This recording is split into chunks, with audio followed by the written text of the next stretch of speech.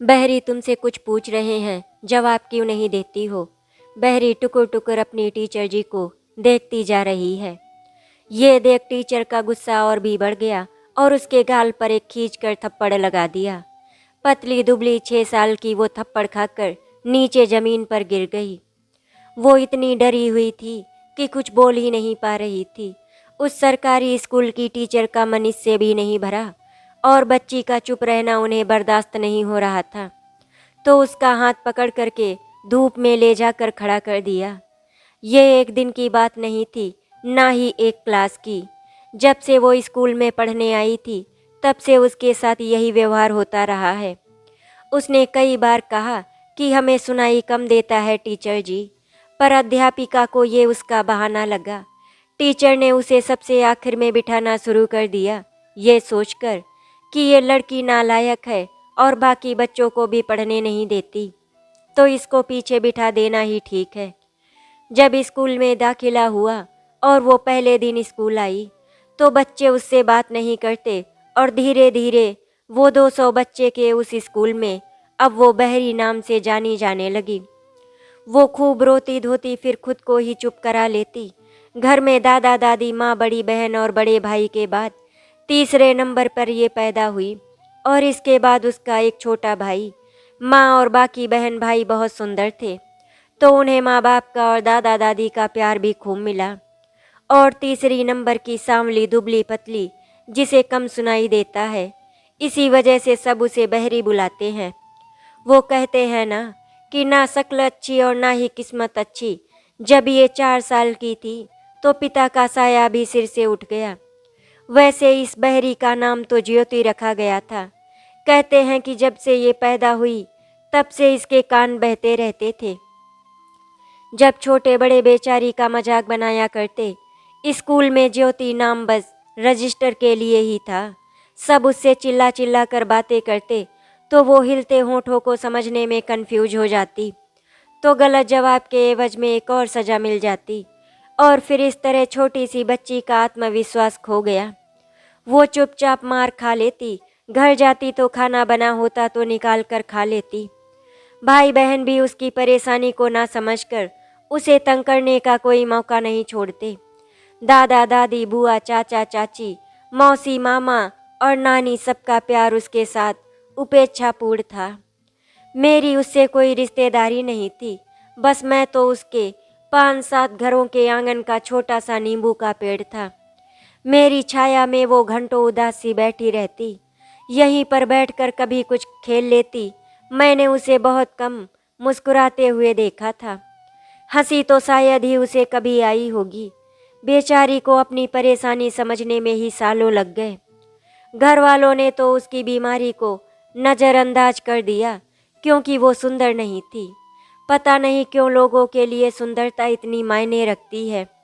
सुंदरता के चक्कर में कुछ लोग अपनों के साथ ही कितना बुरा कर जाते हैं, उन्हें इस बात का एहसास भी नहीं होता। लोग गुलाब पसंद करते हैं पर उसके साथ कांटों को अनदेखा कर देते हैं, क्योंकि गुलाब तो बहुत ही सुंदर होता है। यहाँ तो मामला ही सुंदर होने का था। ज्योति धीरे धीरे बड़ी हो रही थी। अब वो अपनी परेशानी अच्छे से समझ रही थी। बड़ी बहन और दोनों भाइयों का छोटा मोटा काम भी अब उसके हिस्से में आ गए। सबको खाना देना, चाय और पानी देना। छोटी सी लड़की स्कूल जाने से पहले और लौटने के बाद बस यही काम करती रहती। घर में सबके काम के लिए उनके आगे पीछे घूमती रहती थी। उसके बाद भी अगर उससे कुछ गलती हो जाती तो फिर सबसे मार पिटाई और गालियाँ मिलती रहती। उसको ऐसे देखकर मेरा मन दुखी हो जाता।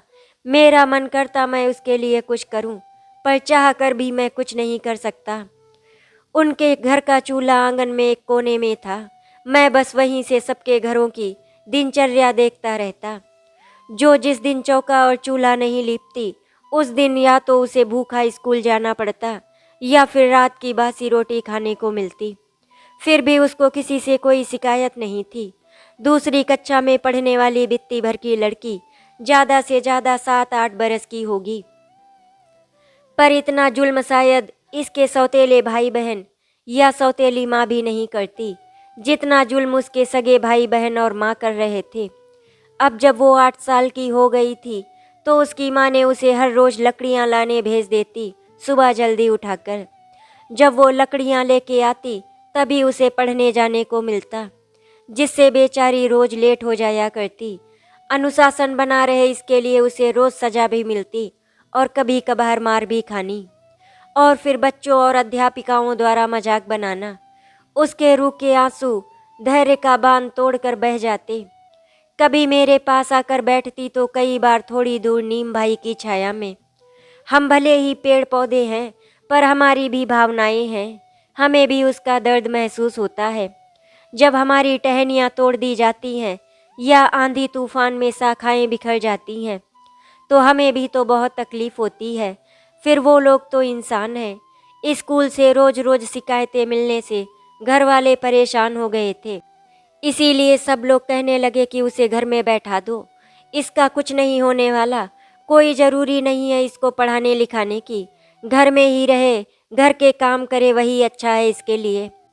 फिर एक दिन बच्चों के नाना नानी ने समझाया कि बहरी को एक बार बड़े अस्पताल से दिखा लाओ, क्या पता थोड़ी बहुत ठीक ही हो जाए, नहीं तो इससे शादी कौन करेगा, और अगर शादी नहीं हुई तो सारी जिंदगी तुम्हारी छाती पर मूंग दलेगी और तुम लोगों को दुखी करती रहेगी।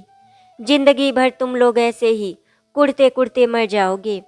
उन लोगों की बातें सुनकर मैं तो सिहर गया था। एक झुरझुरी सी उठ गई मेरे अंदर। खैर, उन लोगों की कैसी भी भावना रही हो, पर कम से कम उनके मन में विचार तो आया उसका इलाज करवाने का। तो मेरे दिल में एक उम्मीद सी जाग गई और मुझे बहुत ही सुकून महसूस हो रहा था। वो अभी 10 साल की ही थी जब उसके एक कान का ऑपरेशन हुआ। दूसरे कान का ऑपरेशन 6 महीने बाद करवाने के लिए आने को कहा। कान में सुनने की मशीन भी लगा दी गई। धीरे धीरे वो सुनने लग गई थी पर बहुत कम, फिर भी कुछ नहीं से कुछ तो सुनने लगी थी। इतना ही उसके लिए बहुत था। उसके दोनों भाई बड़ा बलराम और छोटा राधे श्याम को पढ़ाने के लिए एक स्कूल का टीचर आने लगा, तो ज्योति को भी उसकी माँ ने पढ़ाने को कहा। अध्यापक थोड़े सख्त मिजाज थे पर पढ़ाते बहुत अच्छे से थे। धीरे धीरे ज्योति की गाड़ी पटरी पर आने लगी थी। उसका दूसरा ऑपरेशन कराने का किसी को ख्याल ही नहीं आया। बड़ी बहन चांदनी बहुत सुंदर थी तो वो खुद ही पढ़ लिख लिया करती। पढ़ने के बाद बहरी की ड्यूटी लगा दी गई रोटी बनाने की। 10 साल की लड़की रोज रोज रोटी बनाती और उसके छोटे छोटे हाथ रोज ही जल जाते। जब वो रोने लग जाती तो उसकी माँ चिल्लाते हुए कहती, पता नहीं कौन से पाप किए थे मैंने, जो भगवान ने तुझ जैसी को मेरी बेटी बनाकर भेज दिया। मैं तो बहुत ज़्यादा परेशान हो गई हूँ तुझसे। कभी कभी तो मेरा मन करता है काट के नदिया में बहा दूँ तुझे। डॉक्टर ने मना भी किया था कि लड़की को तेज आवाज़ों या शोर से बचा कर रखना, पर यहाँ तो सुबह से ही बेचारी पर गालियों की बौछार शुरू हो जाती और वो बेचारी चुपचाप सब कुछ सुन लिया करती थी। ब्याह शादी में सब तैयार होकर जाते पर उसे साथ ले जाने में परिवार को शर्म आती थी। उसकी माँ उससे कहती, मेरे बाकी तीनों बच्चे इतने सुंदर हैं, कोई तुझे वहाँ देखेगा तो हमारे बारे में क्या कहेगा। तुझे वहाँ ले जाके मुझे अपनी बेइज्जती नहीं करवानी। उसको दादा दादी के पास अकेले छोड़कर सब चले जाते और बहरी उनको जाते हुए देखकर बस रोती रह जाती थी।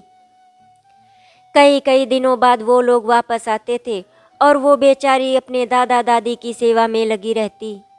पूरा दिन सबकी सेवा में लगी रहती थी, फिर भी सबके प्यार को तरस गई थी वो बेचारी। उसको नए कपड़े तो कभी मिले नहीं। कई बार वो मुझसे 5-6 नींबू ले जाती और एक शीशी में काट कर उसमें नमक मिर्च मिलाकर छुपा कर रख देती। जब उसे नमक और प्याज के साथ रोटी मिलती तो वो उस नींबू के टुकड़े के साथ ही रोटी खा लेती। वो अपनी बातें मुझे या नीम भाई को बताती, अपने शब्दों को जोड़कर। हम उसकी बातें सुनते। कभी कभार उसका मन किसी के गले से लगने को होता तो जितना उसके दोनों हाथ फैलते उतने फैलाकर हमसे गले लगने की कोशिश करती। मैंने देखा था जो पेड़ सूख जाते हैं उसकी कद्र ही नहीं होती, वो ठूंठ सा खड़ा रहता है। ज्योति के लिए उसका घर ठूंठ ही तो था। दोपहर बाद जब सब बच्चे इकट्ठे होकर कोई न कोई खेल खेलते, बुजुर्ग गप्पियाते हुए झुंड में बैठ जाते तो वो रात के खाने की तैयारी माँ के साथ करवा रही होती। बड़ी बहन अपने जूठे बर्तन भी उसके आगे सरका कर उठ खड़ी होती। रात के बर्तन साफ करवा कर ही उसे बिस्तर मिलता, या फिर जब 1 घंटा ट्यूशन पढ़ने बैठती, बस वही आराम था उस बच्ची के लिए।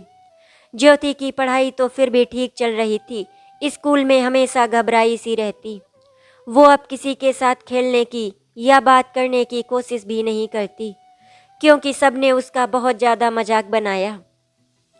इसीलिए उसने अब शांत रहना सीख लिया था। चुपचाप एक कोना पकड़कर बैठ जाती। कोई एक लड़की नहीं थी जो उससे बात करने के लिए या उसके साथ खेलने के लिए सोच सोच कर उसका मन भराता। बस्ते को पीठ पर लटकाए नीचे देखते हुए चुपचाप स्कूल से घर और घर से स्कूल जाती। कई बार सामने से किसी से टकरा जाती और गाली खाकर चल देती। कभी कभी तो लगता कि अच्छा है ये सुन नहीं सकती। एक दिन स्कूल में कोई सवाल टीचर ने ब्लैक बोर्ड पर लिखकर हल करने को कहा तो ज्योति ने हाथ ऊपर किया। वो जवाब जानती थी, इसीलिए उसके चेहरे पर आत्मविश्वास दिख रहा था। टीचर ने देखा तो उसे बुलाया और उसने सही जवाब दिया। तब भी टीचर ने उसे नाम से नहीं बुलाकर कहा, बहरी तू तो बहुत होशियार हो गई है रे, शाबाश। टीचर ने सबको ताली बजाने को भी कहा। आज जब सब बच्चे उसके लिए तालियां बजा रहे थे तो उसे बहुत अच्छा लगा। आज उसके चेहरे पर हल्की सी मुस्कुराहट आ गई थी। भले ही सुनाई कम दे रहा था, पर समझ वो सब कुछ रही थी अपनी टीचर के चेहरे का भाव कि वो खुश हैं। तभी सब बच्चे तालियां बजा रहे हैं। उस दिन मैंने उसे देखा खुशी से दौड़ कर आते हुए। मेरे पास आकर रुक गई और दोनों हाथों से मुझे पकड़ लिया और लगी अपनी सारी बातें बताने। मैं भी आज बहुत खुश हुआ उसकी खुशी को देखकर। मैं तो इस नन्ही सी बच्ची को सदा ऐसे ही खुश रहने की कामना करने लगा। वो झटपट हाथ मुंह धोकर माँ से खाना मांगने लगी। वो मन ही मन में सोचने लगी कि आज वो माँ को सब कुछ बताएगी कि स्कूल में क्या क्या हुआ, जिसे सुनकर शायद उसकी माँ खुश हो जाए। पर उसकी माँ ने कहा, दाल रखी है, जा अपने लिए रोटी सेक ले और 5-6 रोटी ज़्यादा ही सेक कर रख दे, तेरा भाई भी आकर रोटी खा लेगा। बेचारी की आधी भूख ऐसे ही मर गई होगी, कम से कम मुझे तो यही लगा। चूल्हा जलाया, फिर रोटी बनाई। उसकी बड़ी बहन और भाई का दोपहर का स्कूल था तो खाकर जाते थे। मेरे दूसरी तरफ भी एक परिवार रहता था जहाँ माँ अपने बच्चों को गर्म गर्म खाना खिलाकर ही खुद खाती हैं, और हमें तो लगता है हर घर में यही तो होता है। ज्योति की किस्मत में ही शायद भगवान ने सबके हिस्से के दुख डाले थे। फिर एक दिन ऐसा भी आया जब वो बहुत डरी सहमी सी घर की तरफ कदम बढ़ा रही थी। पहले सोचा कि उसे रोक लूं, पर मुझे तो कोई भी नहीं सुन सकता। वो तो बेचारी कैसे जानती मेरे मन की बात। मैं किसी आशंका से घबरा रहा था। वो धीरे धीरे कदम उठा रही थी। वक्त बहुत खराब चल रहा है, ऊपर से ये ना समझ लड़की ना ही बोलती है और ना ही ठीक से सुन पाती है। कहीं कुछ गलत तो नहीं हुआ इसके साथ। पर दूसरे ही पल खुद को लानत भेजी अपनी सोच के लिए और बुरे विचारों को झटक दिया। आज वो मेरे पास भी नहीं रुकी और तेजी से घर के अंदर चली गई। क्या हुआ बहरी, क्यों आंधी तूफान सी चली आ रही है? सीधे तरीके से तुझे क्या चलना भी नहीं आता? अभी तो सिर्फ बहरी है, क्या हाथ पैर तोड़कर अपाहिज बनना चाहती है? तूने तो ठान रखी है कि हमारी जिंदगी बर्बाद करके ही मानेगी। नरक बना के रख दी है हमारी जिंदगी। उसकी दादी के चिल्लाने की आवाज़ मैंने भी सुनी। वो हाथ मुंह धोकर कपड़े भी बदल आई। माँ से खाना लेकर वो खाने बैठ गई। वो डर से शायद कांप रही थी। तभी उसकी माँ चिल्लाई, क्या कांड करके आई है तू जो तुझे कंपन चढ़ा हुआ है? शायद वो कोई जवाब नहीं दे पाई थी। तभी तो उसकी माँ तेज दहाड़ी, मुंह में दही जमा कर रखा है क्या करम जली, कुछ तो बोल दे, क्या हुआ बताती है, या गरम चिमटा दागूं तेरी जबान पर? उसका कमजोर कान इतना शोर बर्दाश्त नहीं कर पाता होगा। मेरी आंखों के आगे उसके सहमे से कदम घर की ओर बढ़ते हुए आ गए। एक अजीब सी सिहरन हो रही थी मुझे। दादी भी चिल्लाई, एक तो बहरी ऊपर से बोल भी तो नहीं पाती, भगवान ही समझ सके इसको। उसे भूख लगी थी, वो सबकी बातें सुन रही थी। माँ का ध्यान उसके चेहरे पर गया। वो शक्ल से ही भूखी दिखी होगी। तभी तो आवाज़ सुनाई दी, पहले तू रोटी खा ले, बाद में तेरी खबर लेती हूँ। एक सुकून सा भर गया मुझ में। लगा माँ के दिल में कुछ तो दया दिखाई दी। खाना खाकर उठी तो माँ को अपनी बेटी का डर समझ आ गया। वो उसे अपने कमरे में ले गई और उसे सब समझाया। शायद उस दिन उसकी बहन ने भी प्यार से बात की होगी, तभी तो वो अपनी बहन के साथ अपने गालों पर आंसुओं से बनी लकीर पोंछती सी बाहर निकली थी। लड़की बड़ी हो गई है, ये मैं समझ गया जब अगले दिन फ्रॉक की जगह सलवार कमीज पहन स्कूल जा रही थी। 2-4 दिन उसके घर से उस पर चिल्लाने की आवाज़ें कम आई तो मुझे लगा लड़की के बुरे दिन बीत गए। पर ये तो एक वहम था मेरा। बड़ी बेटी होशियार और सुंदर थी तो उसकी माँ नहीं चाहती थी कि उसकी बेटी चूल्हे पर काम करके काली हो जाए। पर बहरी तो जन्म से ही काली रंगत लिए पैदा हुई थी तो उसकी परवाह नहीं की जाती थी। जब माँ ही अपने बच्चों में भेद करती है तो बच्चे किसी और से क्या उम्मीद करें। आस पड़ोस के लोग भी कहते, बहरी की नैया पार होना तो बड़ा ही मुश्किल है।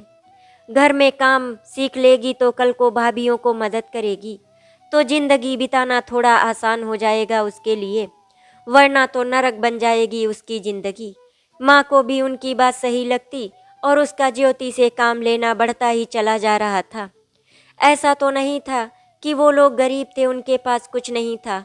घर के मुखिया मतलब दादा फौज से रिटायर हुए थे, जमीन भी थी, ऊपर से बच्चों के पिता फौज में ऊंचे पद पर थे जब उनका देहांत हुआ। घर भी अच्छा ही बना था, बस आंगन ही तो कच्चा था जो लीपा पोता जाता था, बाकी तो सब पक्का ही बना था। ज्योति के बुरे दिन दूर दूर तक मुझे खत्म होते नहीं दिख रहे थे।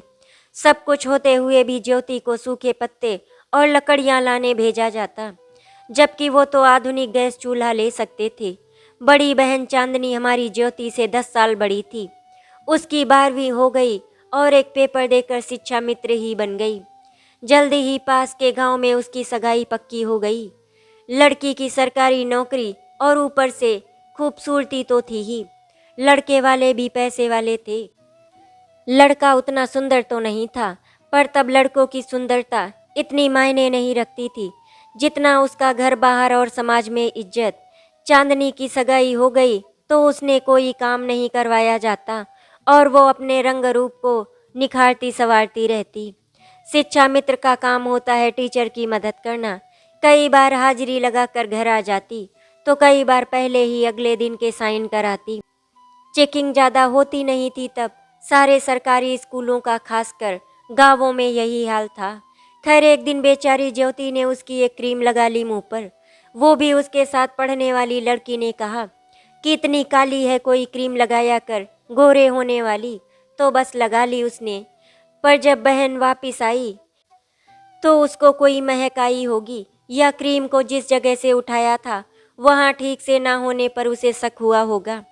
मैंने ये नहीं कि उसे कैसे पता चला, पर उसके बाद जो हुआ वो देख सुनकर दिल दहल गया। चांदनी ने पहले तो उसके मुंह को नोचा, फिर दादी के पास ले गई, उसके बालों में लगभग घसीटते हुए और सब बताया। दादी ने लोहे की जंजीर से उस बच्ची को खूब मारा, वही जंजीर जो आप लोग जानवरों के गले में पहनाते हैं। उसकी चीखें जरूर दूर तक गई होंगी। नीम भाई ने मुझसे दूर से ही पूछा, अरे भाई क्या कर दिया आज तेरी बहरी ने जो इतना पीटा जा रहा है उसको। मैं क्या कहता, चुप ही रहा। उसको इस तरह पिटता हुआ देखकर मुझे तो बहुत रोना आ रहा था। काश कोई इस दुनिया में ऐसा होता जो उसे बचा लेता। हे प्रभु, कोई ना कोई तो ऐसा होगा जो इसे बचा सके। उसको इसके पास भेजने में इतनी देर क्यों लगा रहे हो? जल्दी से जल्दी कोई भेज दो, इसकी मदद कर सके। उसको पिटवा कर बड़ी बहन का दिल नहीं पसीजा। दादी ने पूरा हफ्ता उसे सारा दिन खेतों में काम करने और स्कूल ना जाने का फरमान सुना दिया। लड़की मार से और सजा से हुलस कर रह गई थी। आप इंसान लोग इतने निर्दयी क्यों होते हैं? जानवरों से भी बदतर व्यवहार अपने बच्चों से विरले ही कोई माँ करती होगी। फिर दादी को तो वैसे भी अपने पोता पोती से खूब प्यार होता है। ज्योति की माँ ने भी अपनी सास की हाँ में हाँ मिलाई। धीरे धीरे करके कुछ दिन गुजर गए और फिर बहन की शादी का समय आ गया था। बहन की शादी हो गई, वो पराए घर चली गई। मैं तो बहुत खुश था, कम से कम लड़की की एक दुश्मन तो कम हुई। ज्योति जब तक 8वीं में थी तब तक ट्यूशन टीचर आते रहे। उसके बाद वो खुद ही पढ़ लेती थी। वो अच्छे नंबरों से पास हो रही थी तो एक दो सहेलियां भी बन गई थी। हालांकि मजाक उड़ाने में वो भी पीछे नहीं रहती। फिर भी स्कूल से घर और घर से स्कूल अकेले नहीं आती थी। 10वीं में ज्योति स्कूल में दूसरे नंबर पर आई। उसकी खुशी में शामिल होने वाले मैं और नीम भाई थे, या फिर उसके गणपति जी। इसके अलावा उसकी खुशियों में शामिल होने वाला कोई और नहीं था। वो अब सीख गई थी सब कुछ हंसते हुए सहना। कोई कुछ भी कहता वो मुस्कुराती रहती। मुस्कुराने पर भी पीट दी जाती तब भी वो रोती नहीं थी। शायद रो रो कर वो थक गई थी। बड़ा भाई कुछ कहे तो समझ भी आए, पर छोटा भी जब तब हाथ उठा देता। बेटी की शादी कर माँ ने चूल्हे चौके से संन्यास ही ले लिया था। उसकी माँ ने सारा का सारा भार ज्योति पर डाल दिया था। स्कूल जाने से पहले और आने के बाद घर के सब काम ज्योति के हिस्से। किसी को चाय तो किसी को पानी तो किसी को कुछ देने के चक्कर में अक्सर गलती हो जाती। मजाक तो सब बनाना नहीं भूलते, पर ये भूल जाते कि वो जल्दी जल्दी बोली गई बात समझ नहीं पाती। बस हाथ उठाने को सब तैयार रहते। घर का मुखिया दादा जो हुक्का गुड़गुड़ाता रहता और वो अपने आसपास की पंचायत तो करता, पर अपने घर में एक निर्दोष बच्ची पर होने वाला अन्याय रोक तो नहीं पाया, पर साथ जरूर दिया। गालियों से नवाजा जाता था उसे। ऐसा कौन दादा होता है जो अपने खून को, वो भी लड़की जात को, गाली दे। पर इस घर में तो होता ही था तकरीबन रोज। बड़ी बहन आती तो हालात और बिगड़ जाते उसके लिए। वो हंसकर सब कुछ सह जाती। ज्योति को 11वीं पढ़ने स्कूल नहीं भेजा गया। आगे की पढ़ाई घर से ही चल रही थी कि एक दिन अचानक ज्योति के नाना और मामा एक परिवार के साथ घर पधारे और ज्योति का रिश्ता पक्का कर दिया। उनसे ज्योति की कमी छिपा ली गई। लड़का अभी भी पढ़ ही रहा था। कुछ दिनों में उसकी शादी भी हो गई। ज्योति अभी 15-16 साल की ही थी, लेकिन इसीलिए वो लोग अभी गौना नहीं करवा कर ले गए। ज्योति के ससुर बहुत समझदार इंसान थे। उन्होंने कहा, हमारी बहू का बीए हो जाने दो, तब तक हमारा लड़का भी कुछ बन जाएगा, तब गौना करेंगे। वैसे तो पढ़ाया जाता या नहीं पढ़ाया जाता ये पता नहीं था, लेकिन अब लड़के वालों ने कहा तो पढ़ाना पड़ा। इस दौरान इस घर में बड़ी बहू आ गई, यानी ज्योति के बड़े भाई की शादी हो गई। बड़ा भाई बलराम ज़्यादा पढ़ा तो नहीं था, पर उसने अपना काम अच्छा जमा लिया था। घर में बड़ी बहू आ गई थी, इसीलिए सब बहुत ही ज़्यादा खुश थे। मेरा दिल तो धड़क रहा था कि बहू भी उसके जैसी निकली तो क्या होगा। शादी में आगे आगे ज्योति की बड़ी बहन ही रही। ज्योति को चुपचाप रहने को कहा गया। वैसे भी वो ज़्यादा चुप ही तो रहती थी, कौन सा किसी के सामने बोलती थी, क्योंकि बचपन से ही उसे चुप रहना सिखाया गया था। थोड़ा बहुत बोलने की कोशिश भी करती थी तो लोग उसे समझते भी नहीं थे। परिवार का कोई सदस्य नहीं चाहता था कि बहरी बेटी की वजह से कोई उनका मजाक बनाए। शुरू के कुछ दिन तो बहू की खूब सेवा हुई, प्यार दुलार हुआ। फिर वही घर के कामों में वो रम गई। ज्योति चुपचाप अपनी भाभी के साथ काम कराती रहती। पढ़ाई के साथ साथ घर के कामों में भी अव्वल हो रही थी ज्योति। वो कई बार भाभी को आराम करने को कहे खुद ही काम निपटा देती थी। भाभी को अपनी ननद की कमी का पता चल ही गया था। उसे अपनी ननद से थोड़ी हमदर्दी तो थी, पर पति, देवर, सास, दादी सास वगैरह का उसके लिए जो रवैया था वो बदल नहीं सकती थी। इसीलिए वो विरोध भी नहीं कर पाती। पर हाँ, उसकी भाभी उसे बहुत ज़्यादा काम नहीं करने देती थी। भाभी ज्योति के साथ में अच्छी ही थी, क्योंकि अब ज्योति की भी शादी तो हो ही चुकी थी। इसीलिए उसकी भाभी चोरी छिपे उसको सजने संवरने का सामान देती। उसके ससुराल से भी हर त्योहार पर उसके लिए खूब सारा सामान आता, जिस पर भी उसकी बड़ी बहन अपना हक जमा ले जाती और कहती, ये काली बहरी क्या करेगी इन सब का। एक दिन ऐसे ही कॉलेज जाते वक्त उसकी भाभी ने उसे मेकअप करने का सामान दिया। जब वो कॉलेज से वापस आई तो उसकी बड़ी बहन भी अपने पति के साथ आई हुई थी। उसका चेहरा देख बहुत गालियां दी माँ और बहन ने। ऐसा क्या पाप किया लड़की ने, ये तो मेरी समझ से बाहर था। बाकी लड़कियां जिनकी शादी हो गई थी और गौना के इंतजार में थी, वो तो खूब सजती संवरती, पर ज्योति के लिए ये सब करना मना ही था। ज्योति की तकलीफ को देख बुरा तो आसपास वालों को भी अब लगने लगा था, क्योंकि अब बहरी कितनी कुशल है हर काम में नजर आ रहा था। वो पढ़ाई में उनके बच्चों से आगे निकल गई थी। कॉलेज में उसकी सहेलियां मोबाइल पर अपने पति से बातें किया करती, तो उसका मन भी हुआ कि वो भी मोबाइल पर अपने पति से बात करे। बहुत पानी बरस रहा था उस दिन। उसके बड़े भाई भाभी माँ बहन और छोटे के पास भी मोबाइल था, तो उसने माँ से कहा कि मुझे भी मोबाइल दिला दो, तो बदले में मिली उसे मार। ज्योति की भाभी ने उसकी माँ को रोकने की कोशिश की और कहा, माँ अब ज्योति को मारना छोड़ दो, उसकी शादी हो चुकी है। अगर उसके ससुराल वालों को पता चला कि आपने उनकी बहू को मारा पीटा है, तो पता नहीं वो लोग क्या करेंगे। बहू तुझे ज़्यादा अम्मा बनने की ज़रूरत नहीं है, तो चुपचाप अपने कमरे में अंदर बैठ, और उन्हें कौन बताने वाला है कि यहाँ पर उसके साथ क्या हो रहा है। तुझे अगर इस घर में रहना है ना, तो तू भी अपनी जुबान बंद रखा कर, नहीं तो मुझसे बुरा कोई नहीं होगा। ज्योति की भाभी को उसकी माँ की बातें सुनकर बहुत बुरा लगा था, इसीलिए वो चुप हो गई थी।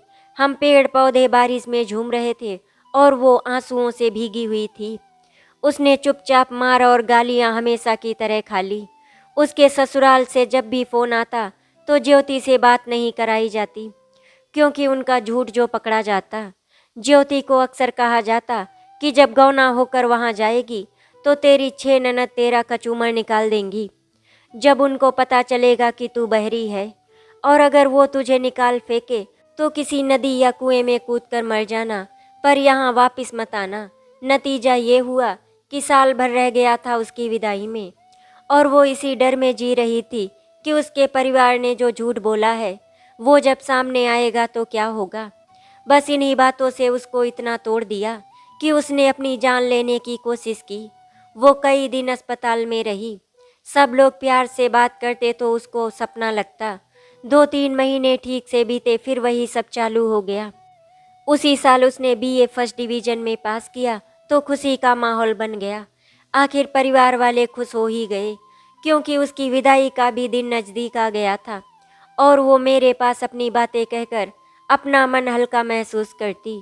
वो बेहद डर के साये में जी रही थी।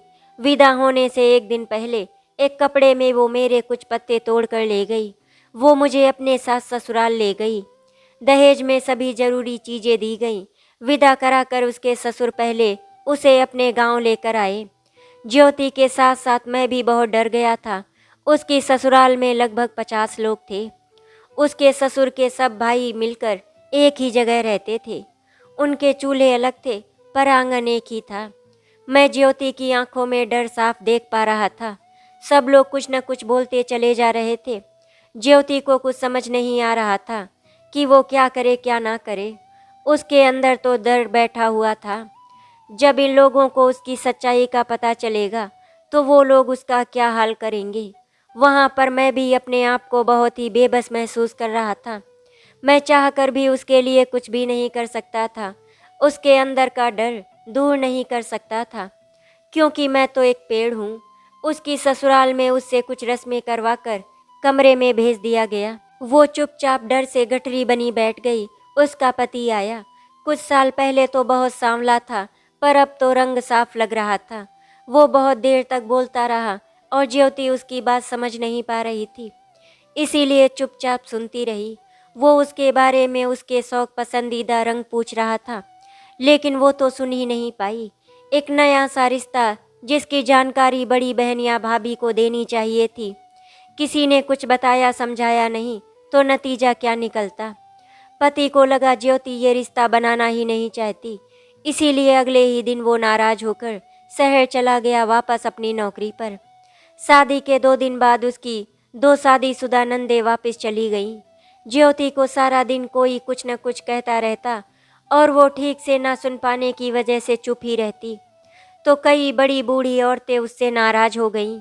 ससुर जी में धैर्य था, उन्होंने अपनी एक बेटी और बेटे के साथ ज्योति को शहर भेज दिया उसके पति स्वराज के पास। कुछ दिन बाद सास ससुर भी आ गए। झूठ ज़्यादा दिन नहीं चलता। वो लोग ज्योति से मांगते कुछ, वो दे कुछ और देती। सास तो सास होती है, जब माँ अपनी नहीं हुई तो सास तो पराई ही थी। उसे ताने और तिरस्कार सब यहाँ भी मिलता रहा। ससुर जी अपने समधियों से नाराज थे, पर वो ज्योति को कुछ नहीं कहकर उसका दाखिला बीएड में करवाए। ज्योति के ससुराल में सब बहुत पढ़े लिखे थे। ये बात तो ज्योति को यहाँ आकर पता चली। मायके की मार और गालियों से तो वो निकल आई थी, पर ससुराल में मिलने वाले तालों से बच पाना नामुमकिन काम था। एक बात अच्छी हुई, वो ये कि ससुर जी ने उसमें आत्मविश्वास भर दिया। वो अपनी कमी को दूर नहीं कर सकती थी, पर सबकी पसंद नापसंद जानकर सब काम समय पर करती रहती। कोई कुछ भी कहता वो हंस देती। धीरे धीरे स्वराज का मन बदल रहा था। वो ज्योति की तकलीफ को समझने लगा। अब उन दोनों में बातें लिखकर होने लगी, मोबाइल पर संदेश से होने लगी, तो सारी बातें अब कुछ बेहतर हो रहा था।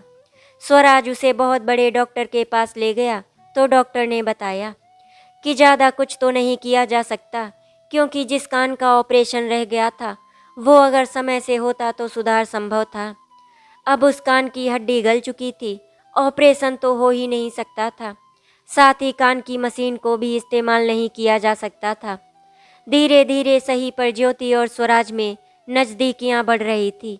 एक बार संकोच खत्म हुआ तो ज्योति ने स्वराज पर विश्वास कर उसे घर और परिवार की सब बातें बतला दी। उसकी आप बीती सुनकर स्वराज ने उसका हर कदम पर साथ देने का वादा किया। घर में जो भी थोड़ा तनाव था वो कम होने लगा। जब ज्योति की सास ने देखा कि उनका बेटा अपनी पत्नी के साथ खुश है, तो उन्होंने पूरे दिल से ज्योति को अपना लिया। घर का माहौल और स्वराज के साथ ने ज्योति के मन और तन के घाव भी भर रहे थे। बीएड के बाद ज्योति नौकरी तो कर सकती थी और स्वराज या घर में किसी को भी ऐतराज नहीं था, पर ज्योति को लगता था कि उसका कम सुनना और बातों को जल्दी ना समझ पाना किसी काम को करने में बाधा बनेंगे ही। इसीलिए उसने नौकरी ना करने का फैसला किया। उसके इस फैसले का भी सबने सम्मान किया। मैं भी बहुत खुश था ज्योति को खुश देखकर। मैंने तो कभी सपने में भी नहीं सोचा था कि ज्योति को अपने ससुराल में इतनी खुशियाँ मिलेंगी। धीरे धीरे करके अब मेरा डर भी खत्म हो गया था, क्योंकि उसकी खुशी में ही मेरी खुशी थी। उसने पूरा बचपन आखिर मेरे साथ बिताया। मैंने उसका पूरा बचपन तकलीफ से गुजरते हुए देखा था। जब वो अपने गांव वाले ससुराल जाती या फिर रिश्तेदार आते तो बातों ही बातों में उसे सुना जाते, पर ज्योति अनसुना कर उनकी खातिरदारी में लगी रहती। स्वराज कॉलेज में प्रोफेसर थे। वो और घर के लोग कोशिश करते कि जब ज्योति से बात करे तो बहुत जल्दी जल्दी ना बोले, जिससे वो बात को ठीक से समझ सके। घर में तेज आवाज़ में कोई टीवी भी नहीं चलाता और ना ही तेज आवाज़ में बोला जाता। सास ससुर आते जाते रहते। एक ननद और देवर उनके पास ही रहते थे, क्योंकि दोनों ही पढ़ रहे थे।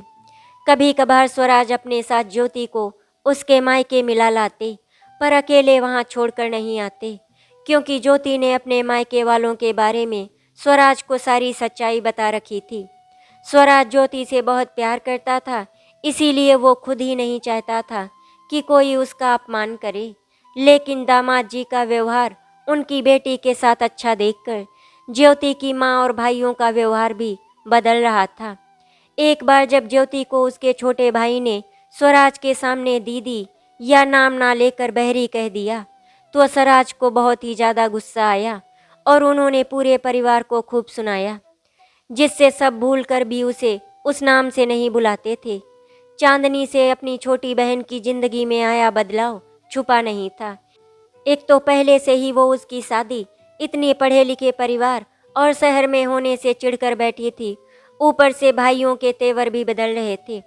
तो आए दिन अपनी माँ के कान ज्योति और अपनी बड़ी भाभी के खिलाफ भरती रहती, जिसका नतीजा ये हुआ कि अपनी भाभी का जीना दूभर करवा कर ही मानी। इधर ज्योति को पता चला कि वो माँ बनने वाली है, तो स्वराज और परिवार के सब लोग बेसब्री से आने वाले नन्हे मेहमान का इंतजार करने लगे। इस कहानी का दूसरा पार्ट आपको कल मिलेगा। आशा करती हूँ आपको हमारी कहानी अच्छी लगी होगी। अगर आपको हमारी कहानी अच्छी लगी तो वीडियो को लाइक एंड शेयर करें, चैनल को सब्सक्राइब करें। वीडियो देखने के लिए आपका धन्यवाद।